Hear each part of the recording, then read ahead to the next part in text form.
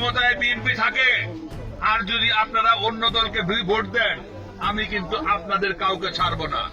আমি তাদের ঘর বাড়ি সব পুরায়া সরকার করে দেবো। তার বক্তব্য শুনে বোঝাই যাইতেছে যে তারে পাগলা কুত্তায় কামড়াইছে, তাও আবার একটাই কামড়ায় নাই, একদম একটা দল পাগলা কুত্তা যায় তারে কামড়াইছে।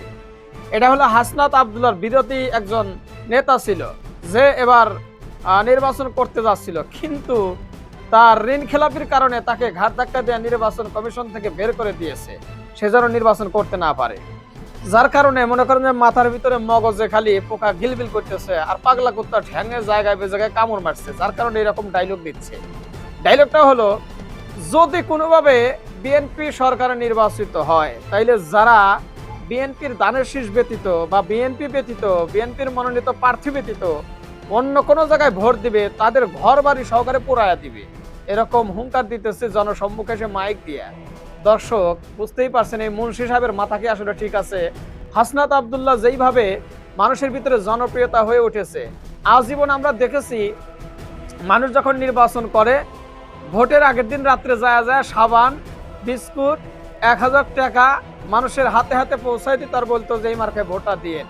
এবার হাসনাত আব্দুল্লাহ ঠিক উল্টাটা, মানুষ নিজের ঘামের টাকা জমা করে হাসনাত আব্দুল্লাহর হাতে দিতেছে, আর এইটা দেখে মনে করেন যে ওদের তেলে বাগুনে জ্বলে যাইতেছে। আর কুত্তায় কামড়ালে যে রকম বেউ বেউ করে এই একই বকবক করতেছে। তার মানে ওদের প্রার্থী ব্যতীত, ওদের মার্কা ব্যতীত কেউ যদি অন্য কোনো জায়গায় ভোট দেয় দেবিদ্বারে, তাহলে তাদের কি করবে? ঘর বাড়ি সহকারে পুরায়া দিবে। বুঝি না এই সমস্ত লোক কি করে লাল দালানের বাইরে থাকে। তো ভোটের ব্যালট বক্সে হাত দিবে, হাতি তো থাকবে না ওই পর্যন্ত যাওয়ার আগে। সবার হাতে সব দামি দামি অস্ত্র আছে, AK-47 নিয়ে থাকবো, দেখলে তো কলিজা শুকায় যাবে। যারা চিন্তার উদ্দেশ্যে যাবে বা চুরির উদ্দেশ্যে যাবে, ব্যালট বক্স তোকেই দেখতে পারবে। অন্যবার যেরকম নির্বাচন হয়েছে বাবা, এবার ওই রকম নির্বাচন হবে না বাবা, ওই আশা করে লাভ নাই। মানে কেউ চিন্তা ভাবনা করছেন দুর্নীতি করবেন, ব্যালট বাক্স চিন্তাই করবেন, ও চিন্তা ভুলে যান। আওয়ামী লীগের যুগান নাই, ওই চিন্তা ভাবনা করে কোনো লাভ হবে না। তোমার লাশের উপর দিয়ে যাবে, কিন্তু তোমার সামনে দিয়ে কেউ ভোট ব্যালট বক্সে হাত দিতে পারবে না। এবার হবে সুষ্ঠু নির্বাচন। ডক্টর ইউনূস বলছে না যে এবার এমন একটা নির্বাচন দেব যেন মানুষ ঈদের আনন্দ যেইভাবে উপভোগ করে, এবারের নির্বাচন যেন ঠিক একইভাবে উপভোগ করতে পারে। ঠিক কিন্তু তাই হইতেছে। পুলিশ প্রশাসন, র্যাব, সেনাবাহিনী সবাই কিন্তু এবার প্রস্তুত আছে। ব্যালট পেপারে হাত দিবেন আর হাত থাকবে, ও হাতই থাকবে না।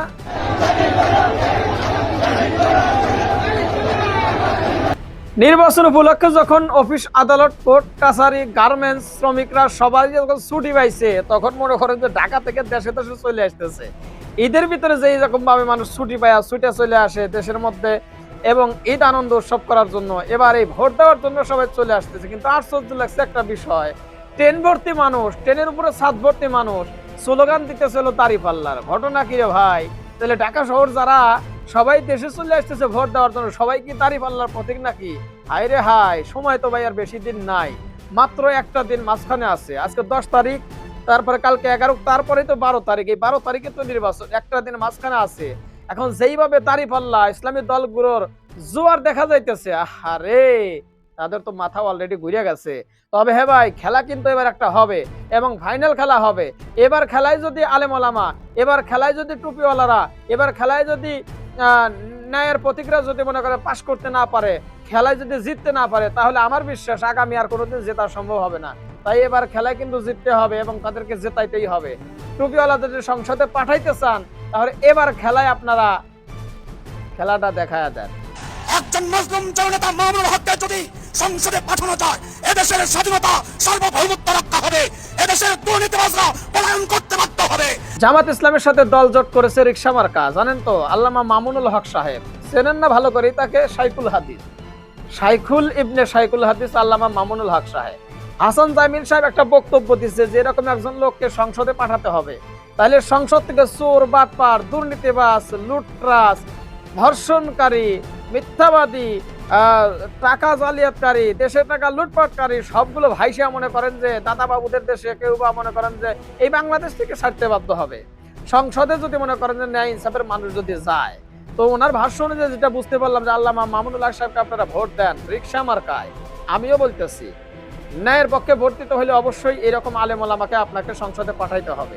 হ্যাঁ, অবশ্যই পাঠাইতে হবে। যদিও জামাতের সাথে জোট করেন ইসলামী আন্দোলন বাংলাদেশ, তারপরে তাদের বিরুদ্ধে আমি বলবো না, তাদের বিরুদ্ধে বলবো না। আপনারা হাত পাখায় ভোট দেন, হাত পাখায় ভোট দিয়ে রেজাউল করিম সাহেবকে আপনারা সংসদে পাঠান। এইগুলোরে ভাই সংসদে দরকার আছে।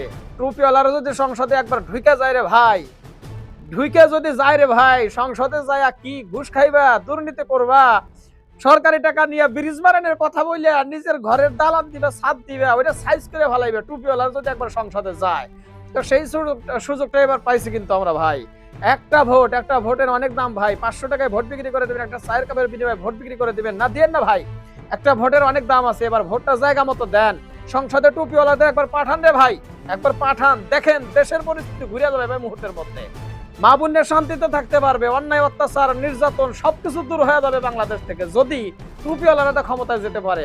তাই বলবো, কে সরকার গঠন করবে জানি না, কিন্তু আপনার এলাকায় যদি কোনো টুপিওয়ালা মানুষ যদি ভোট চাইতে আসে, আল্লামা মামুনুল হক সাহেবের মতো মানুষ, ভোট দিয়ে দেন ভাই, চিন্তা করা লাগবে না, ভোট দিয়ে দেন, সংসদে যাক।